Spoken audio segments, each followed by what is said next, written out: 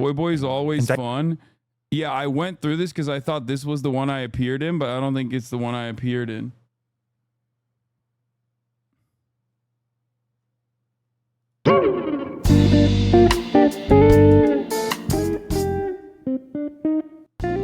This is our mate, David McBride. Now, it might look like he's having fun, but sadly, this is our last shower together as best friends, because David here is going to prison for life. He's what you'd call a whistleblower.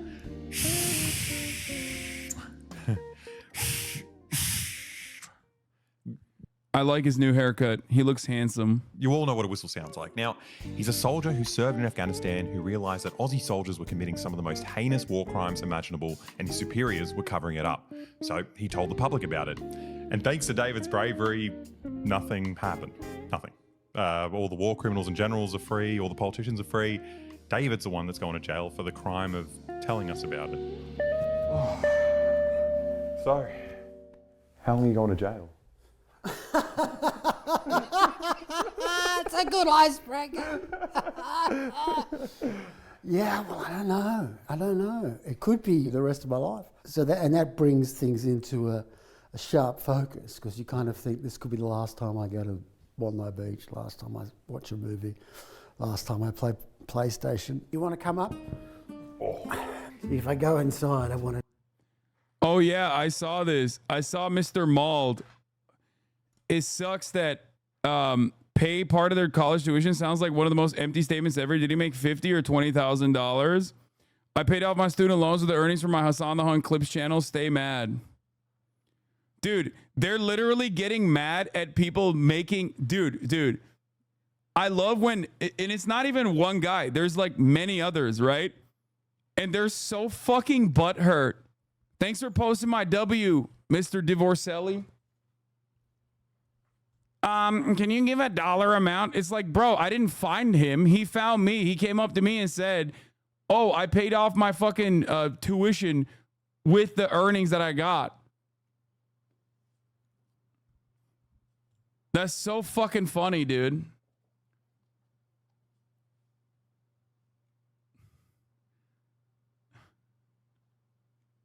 That's so funny. Ask how much his child support you help him pay. Dude, I pay all of it. I personally paid all of the fucking child support with like every fucking fuck Hassan clip that he's made on his channel.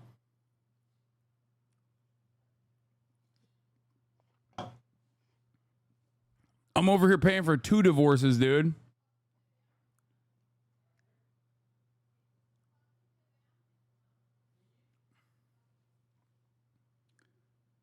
D fans realizing no one wants to watch this shit ad nauseum, not even his own fans. No, his own fans love that shit.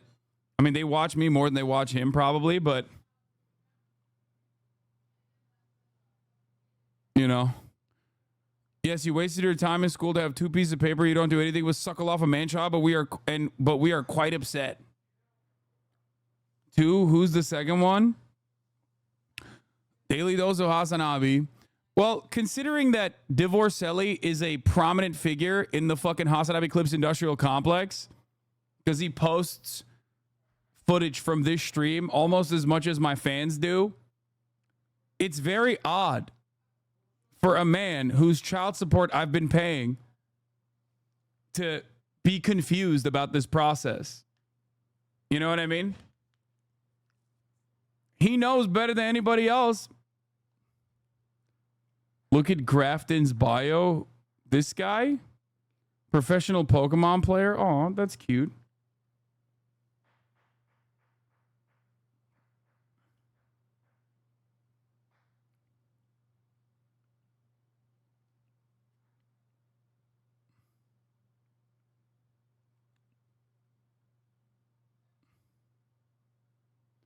I met a dude yesterday who asked if I like D saying he has good points. Showed him that actually it's a phebophilia clip, and I've never seen a more grossed out face.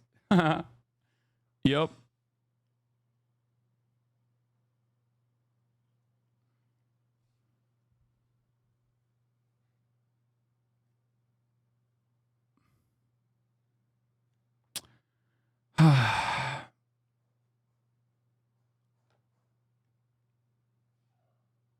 True whistleblower story. Okay, let's keep going. I try to get him be my cellmate. We got to get him to whistleblow. The drug dogs. You can whistleblow the drug dogs. False positives. On purpose. You could infiltrate the drug dogs. Now, to understand how David got into this position, we've got to understand what brought him to Afghanistan and what brought anyone to Afghanistan. And to do that, we need to go back to the 70s when Afghanistan was really cool.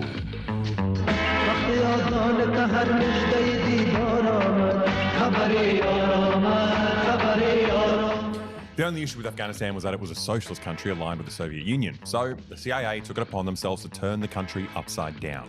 They launched Operation Cyclone, the largest covert operation in CIA history. It pretty much involved flooding every right-wing Islamic extremist in the country with money and weapons. Literally, if you were a murderous incel in Afghanistan in the 70s, the CIA was there to make you a millionaire. Like Gulbuddin Hekmatyar, for example. Now, this guy's a real piece of shit. He failed his engineering degree, so when he saw smart women who thrived at university, he threw acid in their faces. But thanks to CIA funding and training, this guy hit the jackpot and became one of the leaders of the Mujahideen, fighting a holy war against the Afghani government and later against the Soviets too. Now, I can't stress how massive this secret operation was. They were spending $630 million a year on the Mujahideen. At one point, the CIA... The only thing I will add on to this is that, like, to be fair, the Afghan government definitely was fucking up, okay? The socialist USSR-aligned Afghan government was fucking up so much that even the USSR was like, we got to get these motherfuckers out of here. They're out of control. It wasn't just like regular old USSR style suppression of religion. It was way beyond. It was beyond the pale. I mean, they definitely were not doing a good job. They are right. You are a lib. Come on, man. Get the fuck out of here, dude. They were just murking dudes in fucking mosque and shit. Get the fuck out of here. They got the University of Nebraska to print these like educational children's books This that part they is like true, spread though. all over Afghanistan. Taught you all sorts of useful stuff like how to behead infidels or how to count to 10 in the most fucked Yeah, they were so bad. Other Afghan communist forces opposed them and even took part in the fight against them. They were not good. way possible. And the CIA won. For a period, the Soviets intervened to prop up their ally, but that eventually bankrupted them and they withdrew, and a few years later, the Afghani government fell to the Mujahideen. Women could no longer go to school. The country descended into a 20-year civil war to decide which group of CIA-funded right-wing fundamentalist assholes would run the country. You had the hot one, or the incel guy, or this guy with one eye. So it turns out the one-eyed guy won. Yeah, nice. And his Taliban took over all of Afghanistan. Now, the US was happy whining and dining these guys for decades until a bunch of Saudis flew some planes into the World Trade Center. Suddenly, the US started questioning their love for right-wing Islamic extremists, and they wanted revenge. But not against Saudi Arabia, they're the US's allies. No one's touching them, obviously. They went after Afghanistan because that's where Osama bin Laden was hiding. Now, the Taliban had been trying to get rid of bin Laden for years before September 11, and when they heard the Americans were going to invade... Yep. They did. Okay, this is good so They were far. like, Very good. Fuck. Okay, we'll give Osama bin Laden up to the International Criminal Court. Just don't invade us. But as you know, the Americans invaded anyway and started the longest war We don't negotiate with terrorists. Remember? in American history. 20 years and hundreds of thousands of dead bodies. Have I them? So why did they do this? Well, maybe it's so they could have bases bordering Iran, China, and Russia, or maybe it was yeah. just to launder money for the military-industrial complex. Who knows? Now, David suggests that the main factor is actually this like perverse marketing exercise where America had to, show that they could punish anyone for September 11, and the more kills they get, the more votes they get. Everything was done in order to impress the domestic media. They did focus groups of sort of redneck, and they were like, they couldn't really understand who the Taliban were. And they wanted to fight a country. Let's fucking smash it up. Oh, you guys want to know what a funny story this is? You said ruined our airports and security theater. Funny, we did that to ourselves. So the Australian government, this is something that an Australian Uber driver told me. So I don't know how fucking valid this is.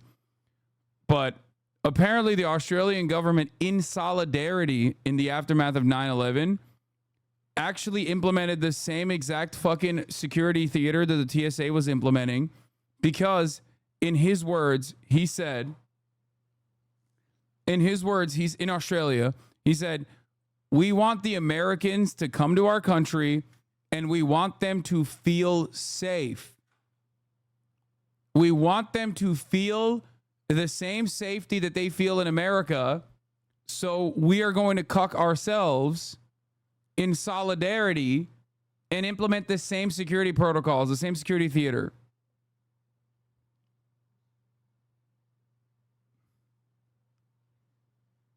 That's fucked. Also, hi, Mom. I'm on a Hasanabi stream. Why are you talking to a taxi driver about 9/11? I forget why we were having that conversation. Up, you know. They probably would have had a better result if they. Not true. Australia doesn't have TSA like security theater on domestic flights. You can go through the gate as a non-passenger. First of all, you're talking to someone who literally did go through a TSA like security theater now, but for a domestic flight between Sydney and Melbourne, not that long ago, mate. However, what I'm talking about is about international travel, where they did implement the TSA style security theater in Australia in the aftermath of 9/11. So you're wrong on both accounts, mate. I was in fucking Australia not that long ago, mate. They'd negotiated with the Taliban and got Osama bin Laden handed over. Yeah. But that wouldn't have won votes in, for the rednecks. Did you have these thoughts before you joined the Defence Force? No, I didn't. I was definitely a true believer in the West and democracy. So David actually thought he was sacrificing his life to fight terrorists. And this wasn't his first time. He's been a decorated soldier for a while, but this time was different. He decided to use his law degree in what he thought was a fight for democracy. He enlisted as a military lawyer for the Australian Special Forces, the SAS. His job was to make sure his soldiers were following the rule of law. When they're dropping bombs on people, you've got to make sure that everything, the boxes are ticked. And it might be an in-house lawyer in a company that kills people, I guess. But Now, the army gave David's family a gift, right? And it's the gift of a brand new dad with PTSD. But aside from that, what David got from those 2 tours of Afghanistan eventually radicalized him as well. the analogy I normally used was, it's a bit like being married to a serial killer who you really love. And when they come home, the first time they come home with blood on their shoes and they say, oh, I broke my nose at work, you're like, oh, okay. Second or third time, and there's piles appearing in the garden. And it's not till you have something concrete to say they're meant to be in Cincinnati and you knew that they were in New York when the murder occurred, that you suddenly, all those other things fit together. Now, over time, little by little, all these dodgy reports kept piling up on David's desk, and they looked like pretty heinous war crimes, but his superiors kept ignoring them. I saw a lot of suspicious reports. The military investigator signed off on it and said no problem, nothing to see here now. But there were some really horrific things in there that David couldn't ignore, like the exploits of Australia's most decorated soldier, Ben Roberts-Smith.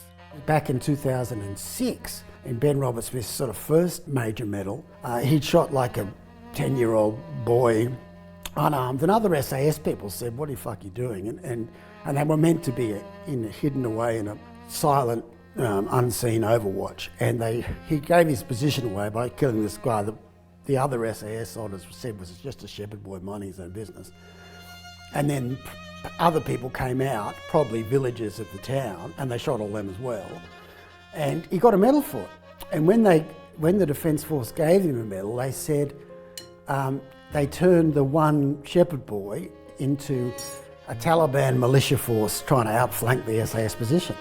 Now, that Ben Roberts-Smith didn't write that. The Defence Department wrote that. Right, to cover it. Because to make him the hero, because they wanted to sell the war. Good-looking guy. He was good in a press conference. Now, to properly understand why these cover-ups were happening, we've got to understand what was going on the ground in Afghanistan when David joined in 2012. Osama bin Laden was dead, and so was their whole reason for being in Afghanistan, right? The army had no strategic goal, and everything they tried to do seemed impossible. Like, every person they killed was replaced by 3 more Afghanis who were rightfully furious that this foreign invader murdered their family. And if you weren't joining the Taliban resistance, you were at the mercy of the local warlords we put in power, who were pretty much similar to the Taliban, except they had the added bonus of also being pedophiles, but they were on our side, so who cares, right? The important thing is the military knew the war was unwinnable. I knew something was up when we kept on saying, we'll win the war next year. But we said that the year before. And they were saying that because that's what the politicians wanted to hear. They wanted to hear, and everyone got promoted, and you put up PowerPoints saying, we're just on the cusp of victory. They had a plan, but it wasn't really to win the war. It was to win the... By the way, for those of you who don't know,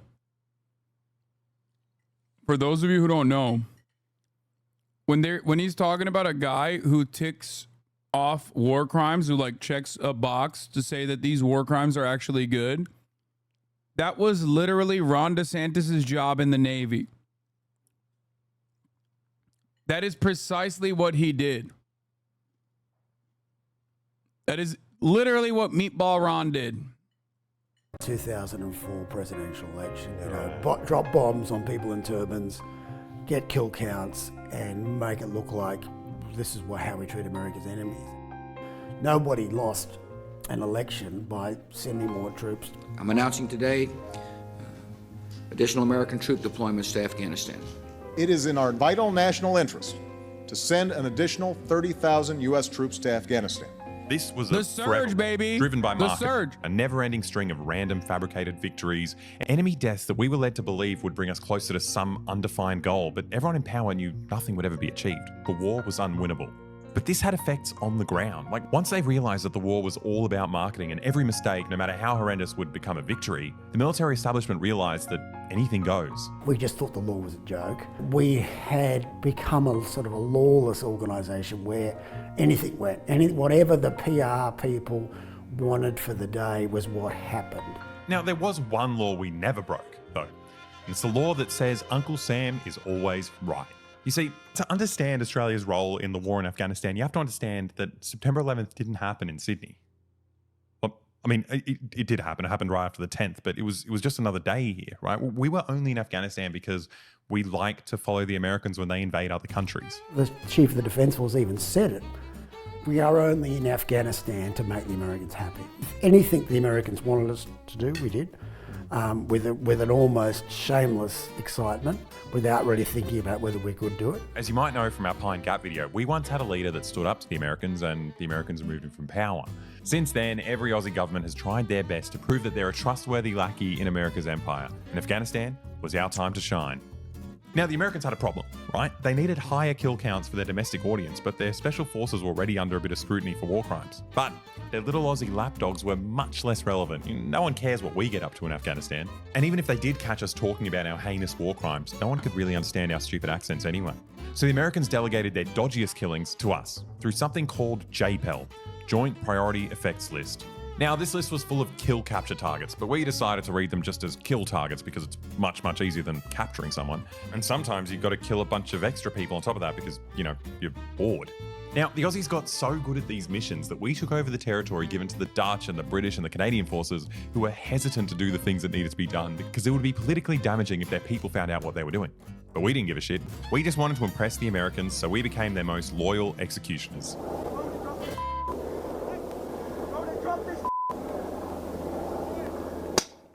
But unfortunately, we were a bit too good at doing the US's dirty work, right? The rumors of war crimes started circulating and the military establishment was freaking out.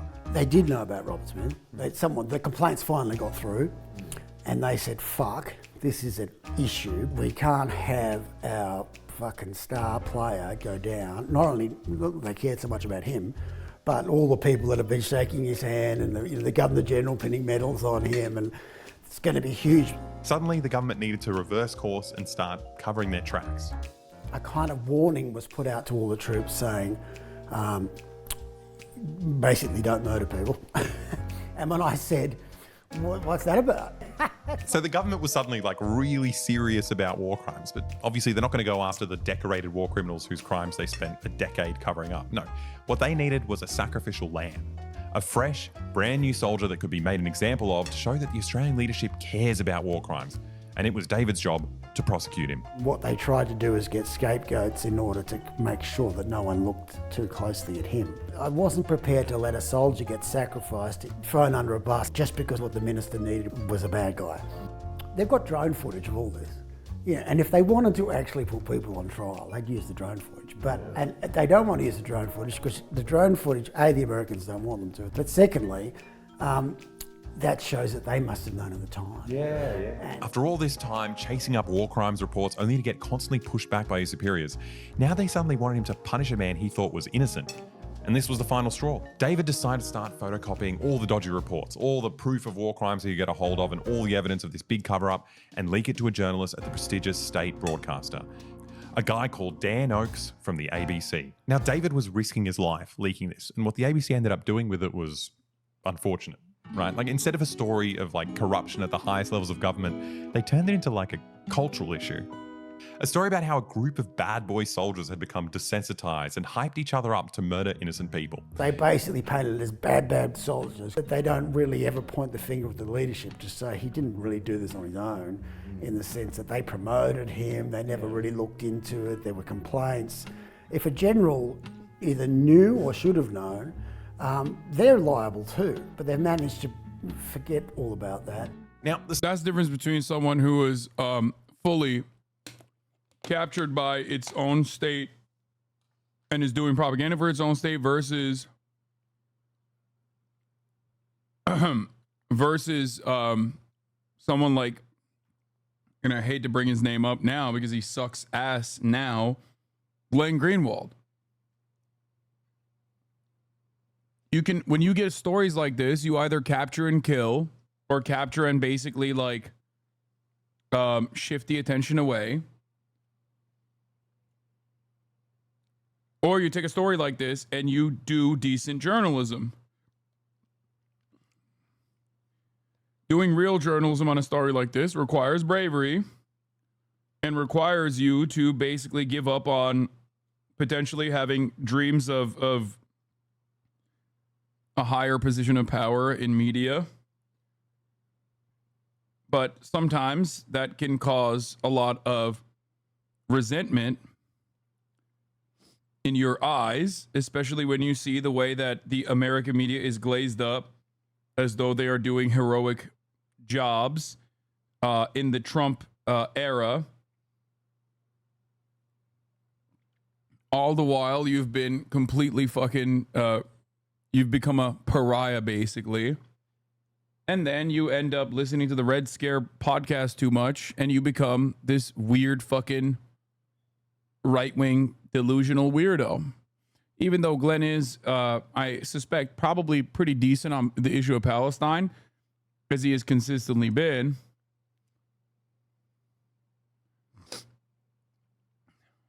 Don't ask him about contemporary American politics.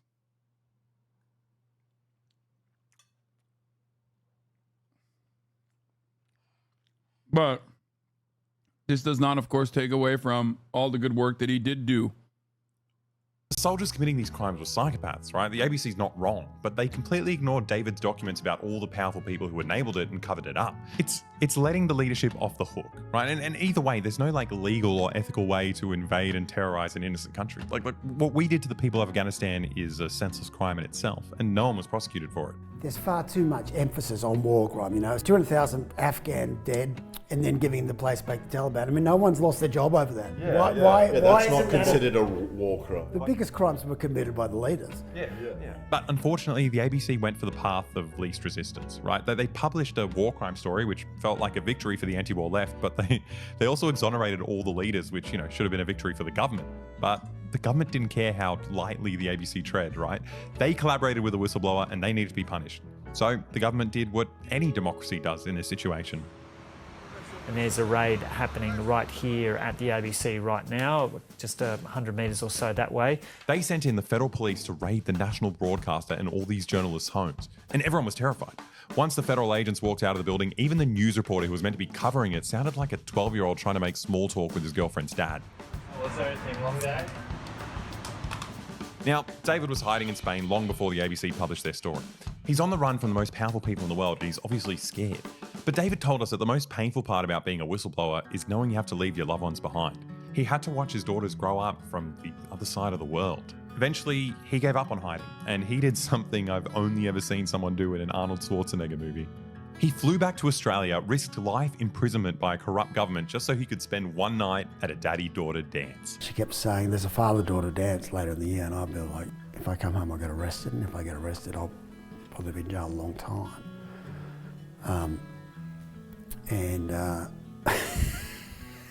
She just said, I want you to come back for the dance. And I could tell when I spoke to her, I could tell it was just silent. And I could just tell she was silently crying on the end of the phone. And I was like, oh, no father can handle it. So David came back to Australia. You never really knew I didn't know that was the reason why he came back. That's so sad. just how terribly What a fucking gross injustice, dude. Now, this moment didn't last very long. David was arrested and put on trial for leaking classified information. But it wasn't a normal trial where, you can defend yourself, right? It was the other kind of trial where the judge turns to you and says, sorry, mate, the Americans said the evidence you're using for your defense isn't actually allowed for national security reasons. So we've decided you have to defend yourself with zero evidence. The government was given authority to bundle up evidence and run out the back door with it. Makes it impossible for us realistically to go to trial. I'm not giving up hope. He's done the right thing. I've said that from the beginning. Truth and justice will prevail, and I'm incredibly proud of him, as are his two girls. So yeah, obviously since he can't defend himself, he's going to jail, which sets an insane precedent here in Australia. Like it's the death of whistleblower laws, right? This ruling means that if you have information that your boss is committing a crime and you leak that information, then you're the criminal. The judge ruled to say there are no exceptions. If you're in the military and the orders are don't release information, it doesn't matter whether the chief of the Defence Force is selling secrets to our enemies or a pedophile ring or war crimes. We didn't even get to the facts. He just said there are no exceptions. Now, all this time, the ABC was scared silent. They never once mentioned David McBride since they got raided back in 2019, and David's legal team started to get a bit suspicious. When they asked the ABC for evidence to help his case, they refused to cooperate, which was confusing. But suddenly, it all made sense, right? A few weeks before he's sentenced to, prison, the ABC finally pipes up to release a hit piece on him. Australia's premier journalism program, Four Corners, was faced with this bombshell story of government cover-ups, war crimes, and the brutal erosion of our democratic freedoms. But instead, they decided to run this documentary suggesting that David McBride isn't a real whistleblower and he doesn't deserve your attention. They made absurd claims that he actually wanted to cover up war crimes himself, and he somehow leaked all these incriminating documents by accident.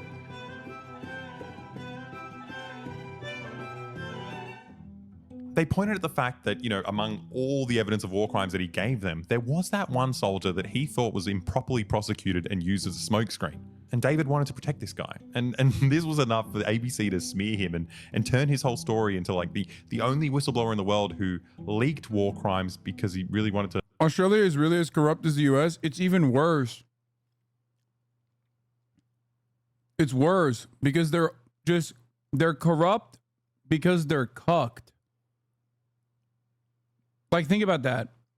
You are prosecuting and arresting your own fucking veteran who did a phenomenally brave act specifically because America said so. It's so bad.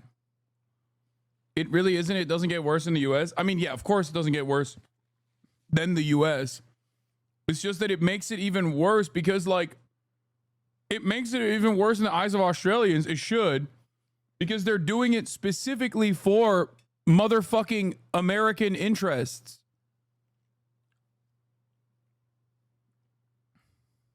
To cover up war crimes. David McBride wanted to expose that our soldiers were being unfairly targeted, they were being unfairly investigated. It's a much greyer and murkier and messier story than people appreciate. It's honestly a mind-melting thing to watch. Like, the crazy part is they spent 6 months filming this with him. They met his family. He opened up about wanting to commit suicide, for God's sake. There are times when I am really close. That's a lot to say out loud at this. Now, I can't stress how cruel this was. Dan Oakes received a prestigious medal for journalism for publishing a handful of David's leaks. And now, just as the government is deciding, how long David should go to prison for leaking it to him, he decides to try his best to make sure that David goes to prison for as long as possible. They literally sacrificed David to prove to the government that they can be trusted. They'll never publish leaks again. They made sure the big guys got the message that journalism is dead in Australia, and our democratic institutions that are meant to keep the government in check are completely at their disposal. So yeah, David got fucked. But what happened to all the war criminals that we now know about thanks to David? Well, let's go back to the start of the video, to our first war criminal, Ben Robert Smith. Following McBride's leaks, a couple of journalists published some more detailed allegations about Ben Robert Smith. Ben was pissed. He's a war hero, after all. You know, these allegations are grossly offensive, and look, he's got some pretty powerful friends, so these journalists decided, you know, they'd give up and just settle and pay him. And he said, no, you're going to pay more. I'm suing you for defamation. So he's... Isn't that the dude who drank out of the leg? That's the one, which ironically, the leg behind Alexa is from his earlier video where he makes fun of the war criminal who drank out of an Afghan man's prosthetic leg. Made a fucking shoey.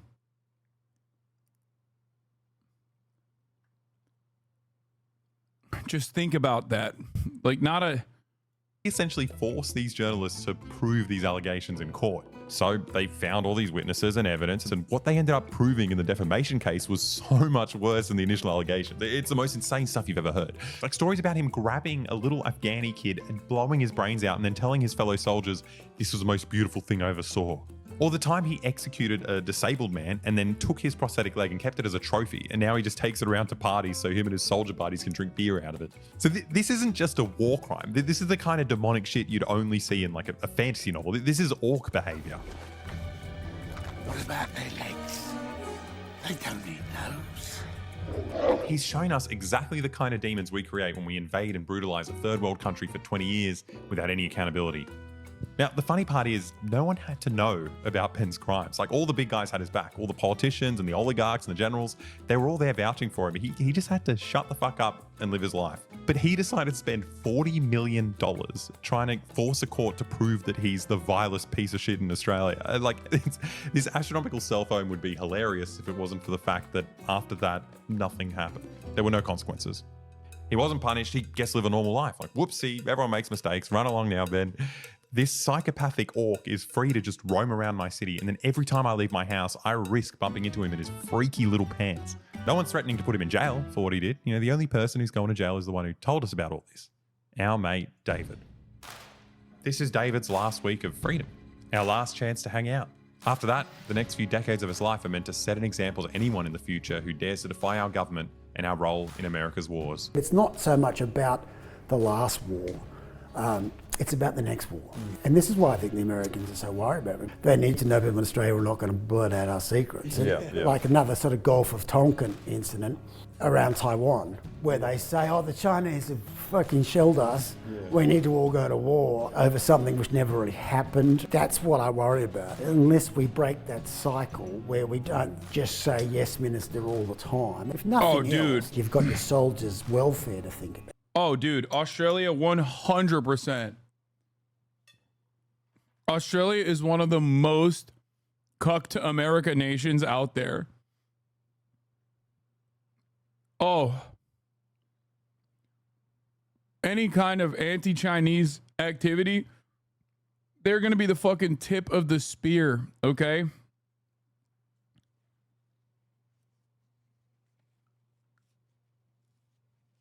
Who's number one if not Australia? Canada, England. All of the other, Five Eyes, all the Five Eyes countries are like this. Yeah. Australia media has been, Australia fucking absolutely loves, the Australian media loves potential war with China, which is hilarious because, like, it's basically, like, as far as capital interest goes, it is hyper reliant on China. Which makes it really funny when you think about it. When they're like, yeah, I can't wait to fucking go to war with China, which owns our country.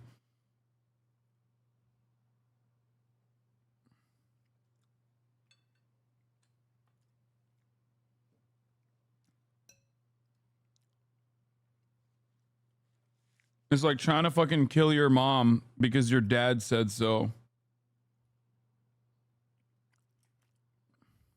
Just fucking send them to their deaths or just fuck them over. You don't do it just because some political dickhead wants to boost their popularity.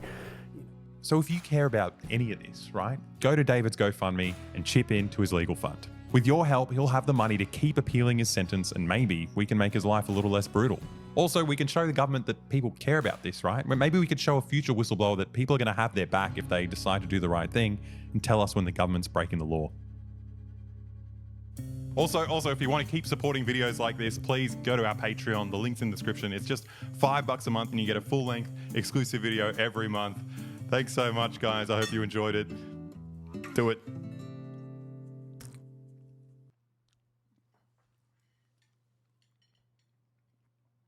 Phenomenal video. An absolute banger. My goats.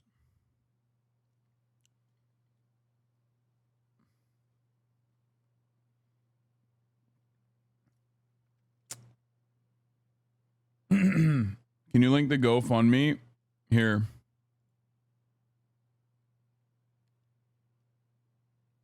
Oh shit, it's already raised $233,000. I served my country. I did my job. Now they want to jail me for it. David McBride Legal Fund. It's already at $233. $233,000.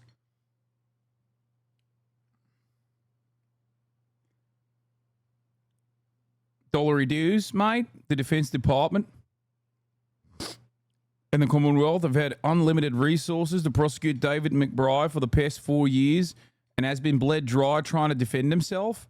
XD have been at his side for 2 years on a low bono basis, battling through a minefield of security restraints and multiple pre-trial issues and hearings. With the trial now inevitable, we have engaged our team of barristers